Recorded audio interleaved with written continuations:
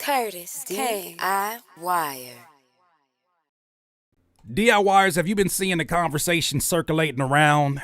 There's a bunch of casual rap fans who are very disappointed because there was an article that was released that said no rap songs are on the Billboard Top 440 for the first time in 35 years. Gotcha. You thought it could be the other button, huh? I say casual rap fans because the Billboard charts never really meant much to us as true hip-hop fans. I'm from a different generation. I'm 40, and many of the folks that are in my community are around the same age group and the same generation of hip-hop. And I don't want to say that that's just an older head thing, but I do think that's just an appreciation thing for those who are...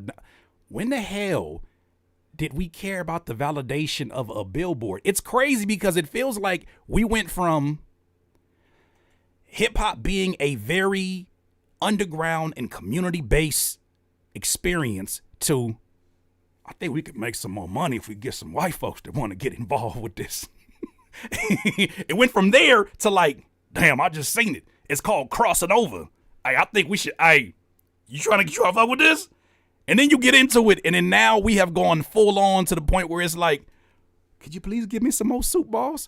With the exit of Kendrick Lamar and SZA's Luther, the top 40 of the Hot 100 breaks a decade-spanning streak. For the first time since 1990, there are no rap songs in the top 40 of Billboard's Hot 100 chart. It says that Luther spent 13 weeks at number 1, left this week's most recent chart entirely after logging at number 38 the previous week. In total, the song spent a whopping 46 weeks in total on a Hot 100. I still won't forgive people who had this conversation about ain't no songs of the summer. And that song was just sitting up there the whole time. It was just casually getting played all over the place. Whatever though. There's a different experience on the charts than it is in real life. I heard it in real life. The departure of Luther is a result of a new rule change. Oh, this is why it happened. And how songs are deemed eligible for the Hot 100. Songs that have been on the chart for extended periods of time and fall below a certain chart position are deemed recurrent and removed. Somebody gonna have to tell the truth, and I'm gonna tell it. Remember when your mama used to say, in my house, my rules? Don't that sound like what these niggas is making up new rules? I know it's your house, and in respect to your house, you trying to tell me because a song, let's read on. A song has been on the chart for extended periods of time. It's been on the chart too long, and it falls below a certain chart position. It's deemed as recurrent and then removed. Removed, my nigga? You said removed? Come on, dog. One of the thresholds for removal is if a song has spent 26 weeks on a chart and falls below number 25 for whatever damn reason, making Luther a prime candidate to be taken down despite its ongoing popularity. So then the question that I have for you first is this. If the Billboard charts don't reflect trends that are shifting within the consumer base, who are they serving? What numbers are they reflecting? Who benefits in this relationship? I'm thinking these major labels. Who benefits in this relationship if certain numbers are occupied? By now, if you've been around this game long enough, you know who determines them chart positions and how hard they fight for those, because that's their bragging rights, right? This is how they build the reputations that they have. We've had this many artists that have gotten to this many plaques and this many times sitting on top of the charts. It says the last Hot 100 chart to be released without any rap in its top 40 came out February 2nd, 1990. I was 5. Back then, Biz Markie, Just a Friend, bubbled under at number 41. The following week, the track would rank number 29 on the Hot 100. Billboard writes that the rap list top 40 is an indication of a recent dip in rap's commercial dominance from 30% of the market share in 2020 to 24% in 2025 so far. You know, we've seen this conversation happen. The conversation definitely, if you guys can recall, The conversation got really, really loud about the decline in hip hop about 2 years ago. We did a video on this. We did a few videos on this. I think Joe Budden released a video and we reacted to it. But remember when Ebro said this? August 17th, 2023. He said, I got a call saying it should be noted many major record labels have deprioritized signing rappers. 2 years ago. The focus is now African music and Latin music. You don't say. Rappers better stop being boring and talking about the same shit over and over, chasing TikTok success in comment sections. Well, why would a comment like this take off the way that it did in 2023? I thought everything was fine before last year. No, but you got to let the internet tell it. You let the internet tell it, you get shit like this. Are you even surprised?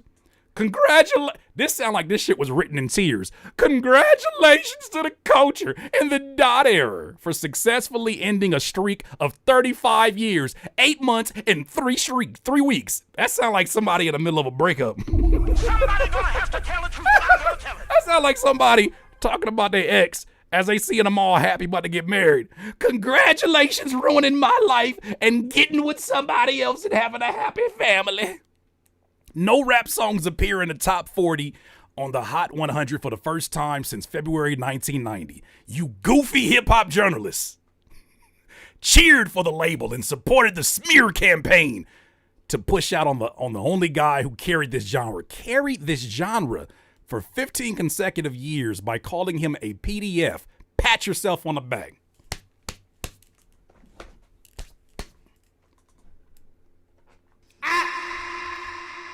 The stupidest logic you could even think of, but it's not the stupidest we've seen this year. Interesting here. It's funny how the first thing people point to is this battle, and they point to the absence of Drake, even though there has not been an absence of Drake. That man has released more than 40 songs and a collaboration album, Sexy Songs for Men's. He released 300 gigabytes of behind-the-scenes music. What absence? What happened? We're not going to acknowledge that this platform also highlighted rappers who said that, I think it was Lil Baby they were pointing to, that said that right now is not a good time to release music because, you know, with the stuff that Kendrick is doing, people are expecting a different type of music that connects with the people. And I just don't make that. That's not what I make. It's hard to figure out what's going to crack off now. Wasn't it the same platform that said rappers were afraid to release? We're getting narrative switches around here. Before we get into some more details, though, because we not going to end there, let's keep going. Shout out to a very prominent voice here on X. Dwan B said, rap was given a longer life by the industry than any previous genre we created. R&B was sacrificed for rap. Yeah, the industry defunded R&B in the 80s, forced inferior production on us in the 90s, consolidated labels, and killed R&B budgets in the 2000s, and shifted those funds to hip-hop rap. Now they're done funding rap music. Don't trip, hip-hoppers. Funk was only given a 15-year run before they killed it. Disco got 6 years. Soul, 7 years. It's time to create something new anyways. I agree. I agree with them, and I hate the way that R&B, especially when I think about how we didn't get a chance for multiple generations of neo soul and seeing that evolve into more types of cut through genres. Like, we still see remnants of it through everything that's going on. But it was such an amazing moment.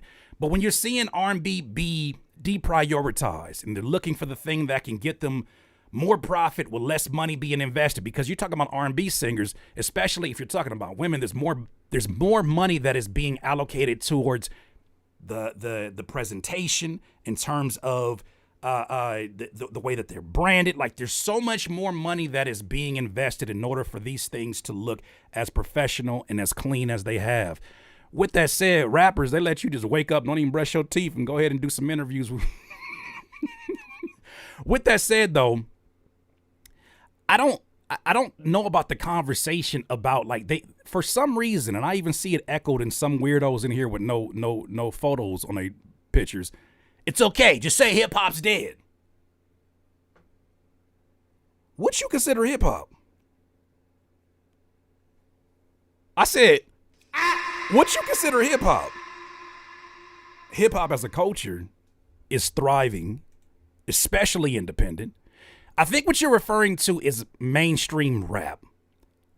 That's the issue. Mainstream rap is what you're only, if your introduction into this thing called hip hop came by way of So Far Gone, there's a lot of music before that. So if you believe that it's dead, it says a lot more about you than in terms of your understanding of this culture. Shout out to my cousin, not for real, but my cousin, Moni. She has some other great points of view on this. When it comes to hip hop, the industry traded poets for personalities. Somebody gonna have to tell the truth, and I'm gonna tell Get 'em. Deleted voice. Craft for clicks and impact for impressions. Until everyone laces their boots up and gets back to the roots, the genre will keep crumbling under its own weight.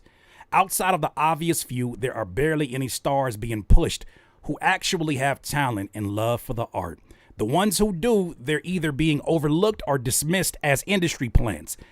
Boy, oh boy, they should have never gave.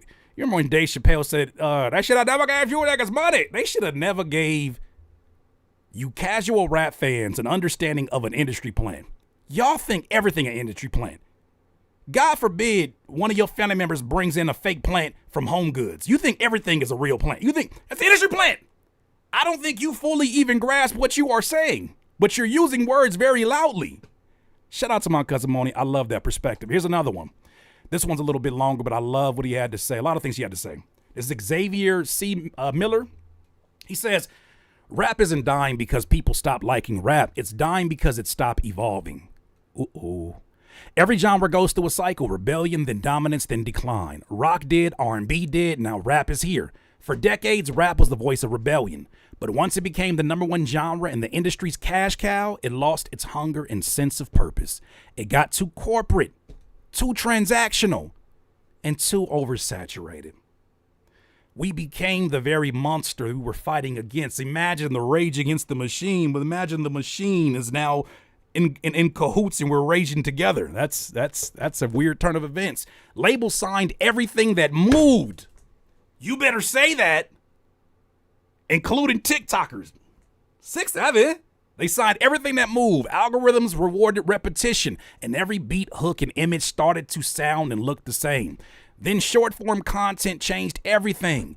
The focus shifted from quality albums to trendy moments, music videos to 30-second reels. Hello. Storytelling, one of rap's greatest strengths, disappeared. Now it's all about viral, catchy hooks, not verses that mean something, but there's a deeper reason too. The audience grew up.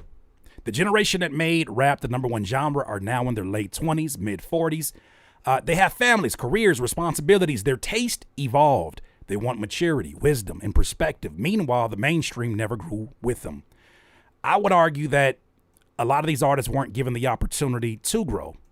I remember two interviews, one where 21 Savage said he would love to rap about more things he was learning about financial literacy. And his label said, nah, we need you to go back to that old killer rap. Get to that. You feel me? We'll hook you up with a sponsor. Not the exact words. Meek Mill said that he was incentivized as well to talk about more violent material in his music. So I think a lot of these people in power, the ones that sign these artists, the ones that make decisions for them, the ones that finance them, the ones that market certain things about their brand, they were the ones that ultimately had the final decision on what kind of music went out. And maturity for them, I guess, wasn't something that seemed like a profitable route. Rap didn't mature with its listeners. It's still stuck in the same adolescent cycle, flexing, violence, escapism, and empty luxury. The people who once related to that now crave growth and reflection. This is why it's so dope to see artists in the independent space generate if you take numbers aside and you just see actual impact. The first person I think about is someone like a La Russell. And you see how invested he is within his own community. You see how hands-on he is with this musical experience. The fact that even as large as his name has gotten, He is still doing shows out of that pergola, reinvesting back into his backyard and still having shows. Baby, hip-hop's not dying. It just went home. Can I give myself one for that one? Somebody gonna have to tell the truth, and I'm gonna tell it. Then you add in the economics. Streaming killed album value. Matter of fact, Daniel Ek, the former or soon-to-be former CEO of Spotify, said that an artist that takes more time, that is working on an album and takes more time, is going to struggle more than an artist that prioritizes quantity over quality. When the CEO of a streaming platform tells you that, what do you think the algorithm is going to favor? Hello. Labels don't make as much money off rap as they used to, so they don't develop artists anymore. They chase one viral record and move on. It's all short-term ROI, return on investment now. There's no patience, no craftsmanship or soul. If there is another great wave, it will come from artists who can bridge this generational divide. Those who speak to maturity, family, faith, money management, purpose, and internal conflict. The audience is still there. They're just waiting for the music to grow up with them. Thank you for saying this. Somebody gonna have to tell the truth, and I'm gonna tell it. This is why you see me continuously encourage artists that are sitting in a certain age group where you have forgotten more than some people have ever learned. Your voice is needed. Your perspective is needed. Your leadership is needed. I'm talking to you, but I'm talking to me, right? I got this YouTube channel that allows me to do all the things I could ever think of doing. It gives me the freedom to provide for my family. I don't have to rap. I fucking want to rap. I want to produce. I love what it is that I do. I love this craft. I've spent time on this craft. I still want to improve upon this craft. You hold the keys to leadership. You hold the keys to a blueprint that younger artists are going to look to you and say, that's how I do it. That's how I can do it. Maybe I can evolve it past that. Your absence, because the industry tells you there's no place for you, your absence has created this cycle of immaturity over and over and over and over again. So then you see why it gets recycled the way it does. I also had some thoughts that I shared on here before. I want to get to something else on here as we talk about this. I haven't really been active on Twitter because, I don't know if I'm talking to a human being or a bot. But I said this in response to that Ebro tweet that I shared with you. How quickly we forget. Make sure they're showing up. How quickly we forget this was the plan set in motion for mainstream rap over 2 years ago by major labels. A year before the battle happened in 2024. There's something that tells me without having any kind of insight. Someone said, before you pull the plug on mainstream rap, let's see how this goes. Let's get one more last battle. I don't know how you orchestrate something like that, but something tells me somebody who was like vying for, we got to have rap into the conversation, said, give me 2024. And then that event happened. I said, me personally, the way I see it, hip hop is thriving. It's been thriving. The bastardized and colonized version of what they call mainstream rap today is declining. Good riddance. Somebody gonna have to tell the truth, and I'm gonna tell it. I've been peekaboo looking at the comments. Iceman ain't gonna save shit. Y'all got more hope in Drakesha than you got in yourself. If you think after 60 songs been released, 300 damn gigs, a damn world tour, if you think somehow a project about icicles is gonna change everything, he needs to go do some healing. And you do too. Continuing on, I said, look, the music industry prioritized the music industry prioritized virality and rap over talent. They rewarded mediocrity with stages that used to be reserved for actual artists dedicated to their craft. Damn it, record business, music industry, I will never forgive you for plucking up TikTokers. You're viral. You're viral. You're viral. You want a record deal? How does $2 million sound? I will never forgive you for putting those hobbyists in place of the people who have dedicated their lives to this craft. I will never forgive you. I said them doing that was the equivalent of replacing professional actors in films with charismatic TikTok content creators. Somebody gonna have to tell the truth, and I'm gonna tell it. Oh, Was that a shot to Tubi? No, but I'm saying, can you imagine if your favorite movie did not have Robert De Niro, but instead it had a nigga named Big Laugh 1744? Because that's your favorite. You want him leading in a movie? You want him playing Scarface? You get rid of the people because of the numbers and the charismatic, like it would devalue the entire craft. And that's what happened to music, unfortunately, in that industry. The music industry publicly and purposely devalued the product of rap music by repeatedly putting out a shit product. The era of debauchery that we came out of, where they tried their best to over-sexualize any and everything they could about females in rap. Anything that they could to disintegrate, to destroy black images that are projected all across the world. Anything they could to put dollars behind drill music, dollars behind anything. It used to be a time where when you talked about street music, street culture, this is an opportunity for us to report our own stories from our own neighborhoods, unfiltered and done by somebody who's living in it, is on the front line with it. Now you got people who are not even from these neighborhoods that are just taking samples and saying, "Ooh, why do you guys do this? Why do you guys do that?" And then making it their identity. And then labels putting millions and millions of dollars behind this mascot and caricature. And then they wonder, what's going on with the sales? Why are these guys not connecting?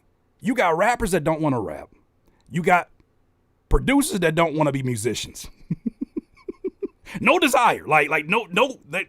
Do I really need to learn music theory? I mean, maybe not, but you don't want to try? You got people wearing titles they don't even want to have. Niggas want to be rock stars. They don't even want the title that you've given them.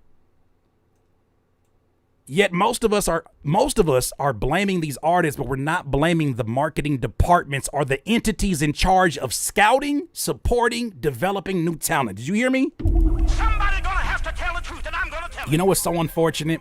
Some of you will make your way in here and you are thinking so minor. And the thing is, the details go so much bigger than your favorite artists. Your favorite artist, I don't care who it is, takes the public blame, the public blunt, the public ridicule. They get thrown into the fire. Meanwhile, that marketing rollout plan, there's a department at the label in charge of that. Meanwhile, most of them have social media managers. That's not them tweeting. But when something fails, they never say, "Damn it, that department at Interscope failed." They say, "Damn, that nigga fell off. Couldn't be me." There's entire departments dedicated to that, but they never get the blame in the public eye. No, matter of fact, if they have a bad project and say they get fired from that, and a lot of people have been fired, they get to move on to another label deal or another label job, another label cubicle. They get to move on. These artists don't get the second and third chances. You're arguing the wrong things, my friend. My guy Mike Free said, my main question for this, though, do we really think the suits upstairs actually truly care? It's just a business to them at the end of the day. It's all about numbers on paper. It's a game to them. I agreed with him, but I said I don't think they care at all. And this is why I find the timing of that article interesting. That article that I shared with you about the no rap on the charts is very interesting because of its timing. I said, seeing this go viral in the same week that OpenAI, OpenAI is the one in charge of ChatGPT.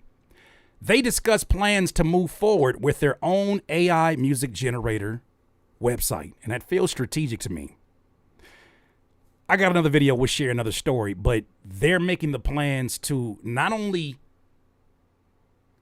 create this website that's able to generate music, AI generated music, but they have the funds and the network to actually partner with a Universal without getting sued.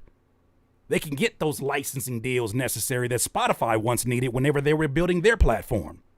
It's the same thing about to happen all over again. These companies devalue rap.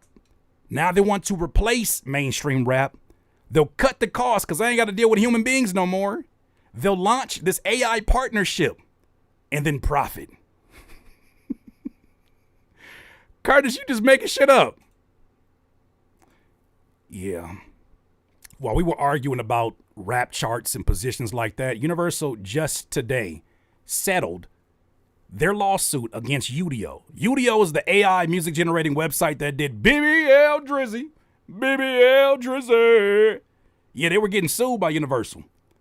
They just settled in court. And not only did they settle, Universal's getting ready to become partners with them and launch a subscription service. Somebody's gonna have to tell the truth, and I'm gonna tell it. Do you see the play? Do you see the play? Have you noticed this? All this AI generated music has had to either be shifted from rap into R&B, rap into like 50 Cent doing country, 50 Cent doing blues. You notice they can't quite get rap right. You notice that they went and attacked jazz musicians because it's easier to duplicate that. Most people aren't musicians. Most people don't know and hear the nuances, right? They went after lo-fi beats. They can't quite get it right with rap. Why don't we just get it out the way? Why don't we just get rap out the way? Why don't we convince the people nobody's buying this shit no more? Because then you know what happens? Make way for the AI revolution. Can you see it? Can you see it?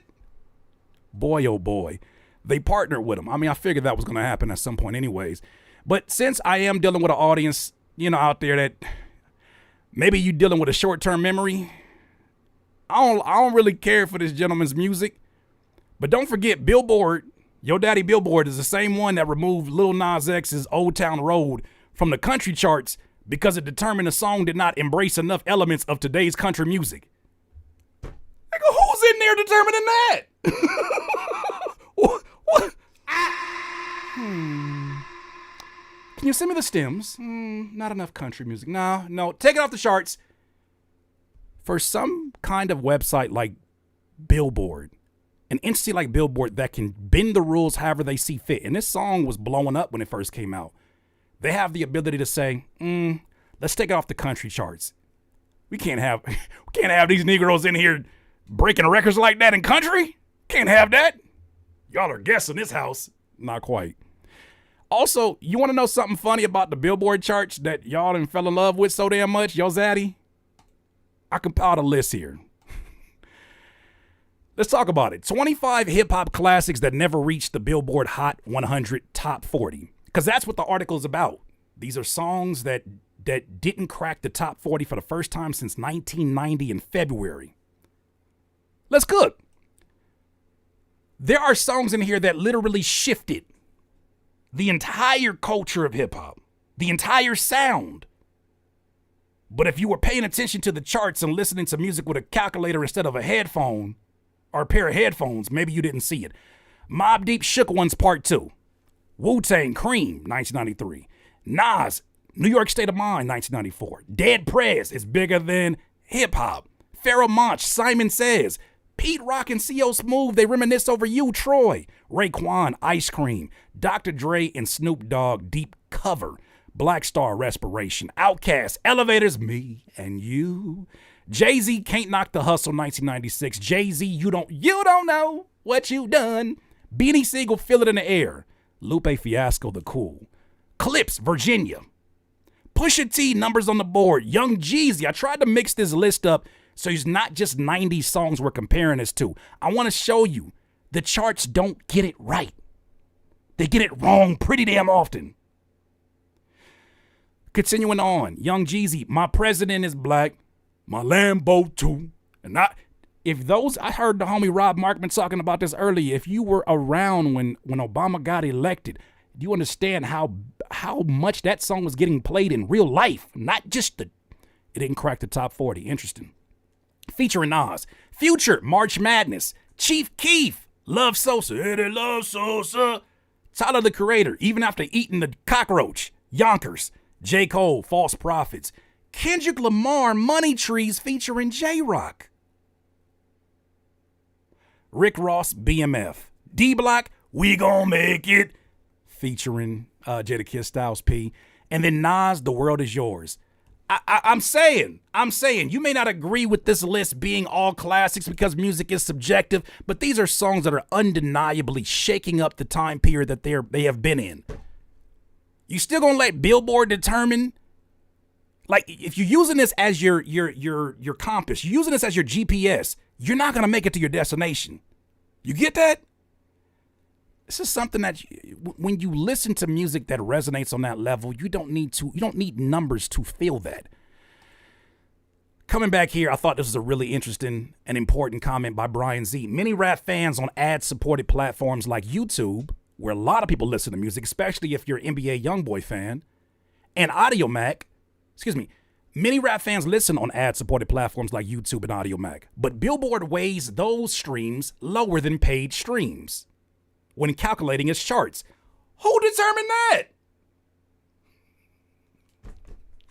This shit like playing somebody in Monopoly and they like, oh, I play by my own rules though.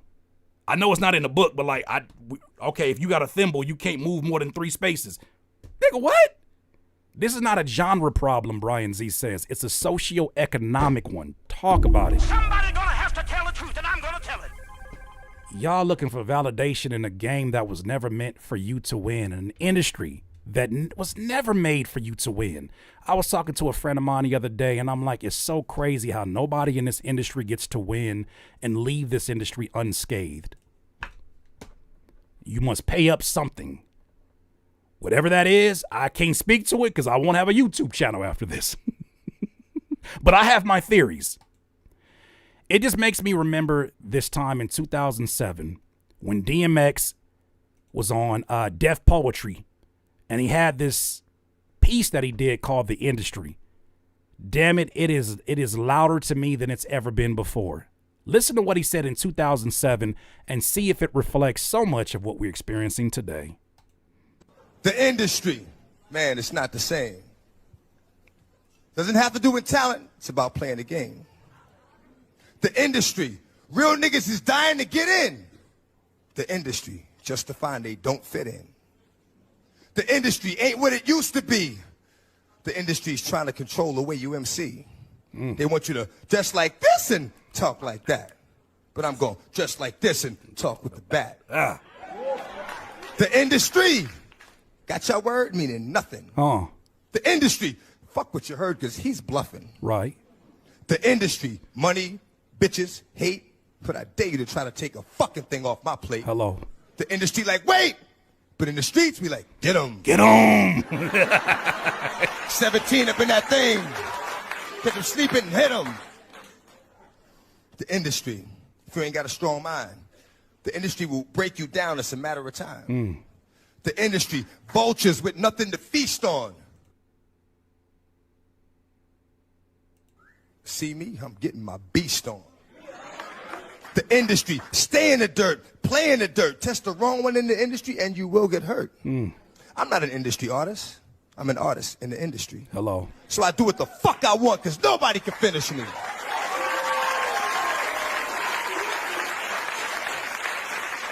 The industry, wanted, dead or alive, new artists to sell their souls in the way they survive. The industry don't give a fuck about you, but the industry couldn't make a dime without you. The industry, I'm sick of this industry shit.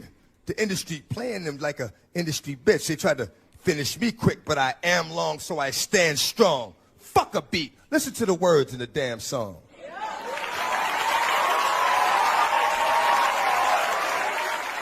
I only know how to speak the truth. Rest in peace to DMX. How many times